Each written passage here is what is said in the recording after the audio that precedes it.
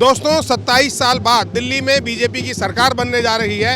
एक तरीके से देखा जाए तो ये दोहरा वनवास हो गया। 14 साल का वनवास रामायण में भगवान श्री राम को मिला था। 27 साल से बीजेपी बाहर है और बीजेपी ने एक प्रचंड जीत हासिल करी है। कितनी बड़ी जीत है बीजेपी के लिए, इसके पीछे क्या कारण है, इन मुद्दों पर चर्चा करेंगे अपने इस कार्यक्रम में। मोहन कुमार गर्ग हमारे साथ हैं। मोहन जी, किस तरीके से इस जीत को देखते हैं आप? दिल्ली ने आपदा से मुक्ति पाई है। एक झूठा और फरेबी मुख्यमंत्री दिल्ली को 3 बार से बेवकूफ़ बना रहा था, लेकिन उसका झूठ और फरेब जनता ने पहचाना। और ये जो उसने शराब कांड किया और शीश महल बनवाया, उससे जो बहुत उसके अंधभक्त भी थे, उन सब की आंखों से पर्दा हटा।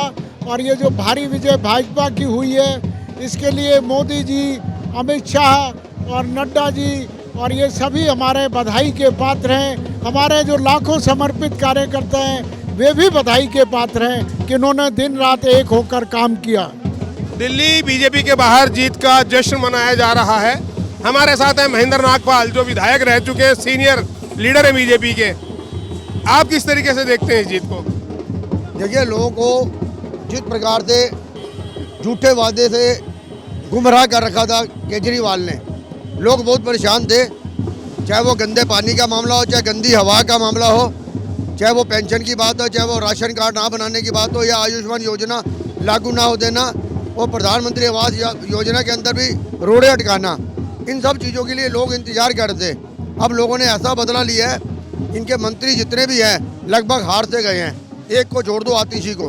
तो ये बदला होता है, लोगों के मन में जो गुस्सा था वो आज निकल के आया है। आप ये बताओ, ये केजरीवाल की हार है या बीजेपी की जीत?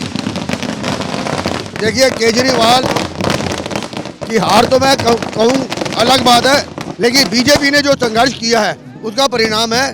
निरंतर हम पार्टी ने जो हमें आदेश दिया उसका पालन किया और जनता का विश्वास जीता। भाजपा दुख सुख की साथी है, उस काम को हमने करके दिया, उसका परिणाम ये निकला।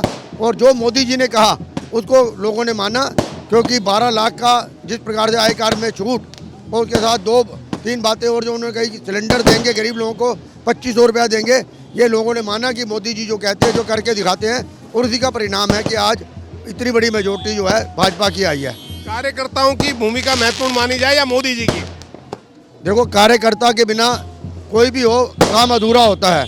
कार्यकर्ताओं का तो परिश्रम है, तभी तो आज भाजपा सबसे ज़्यादा बड़ी पार्टी मानी जाती है। और आज लोगों के मन में 27 साल से एक सोच रहे थे किस दिन ऐसा आएगा कि हम दिल्ली की सेवा प्रशासन के तरीके से भी कर पाएंगे। एक बार फिर 1993 के बाद मौका मिला है।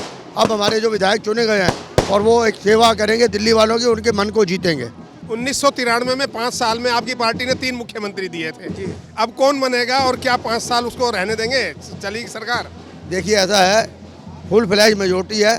तब भी फुल फ्लेजेड थी, इतने ही विधायक। मैं बता तो रहा हूँ, शीर्ष नेतृत्व ने फैसला लेना है। विधायक दल की नेता की मीटिंग होगी, और वो एक बार वो पहले जब हुआ था उसको हम सोचे वो दोबारा होगा। उससे बंदा लेसन भी लेता है कि एक अच्छी सरकार देने के लिए योग्य आदमी जो भी मुख्यमंत्री होगा उसका 5 साल पूरा समय काटेगा। दिल्ली सचिवालय को सील कर दिया गया है।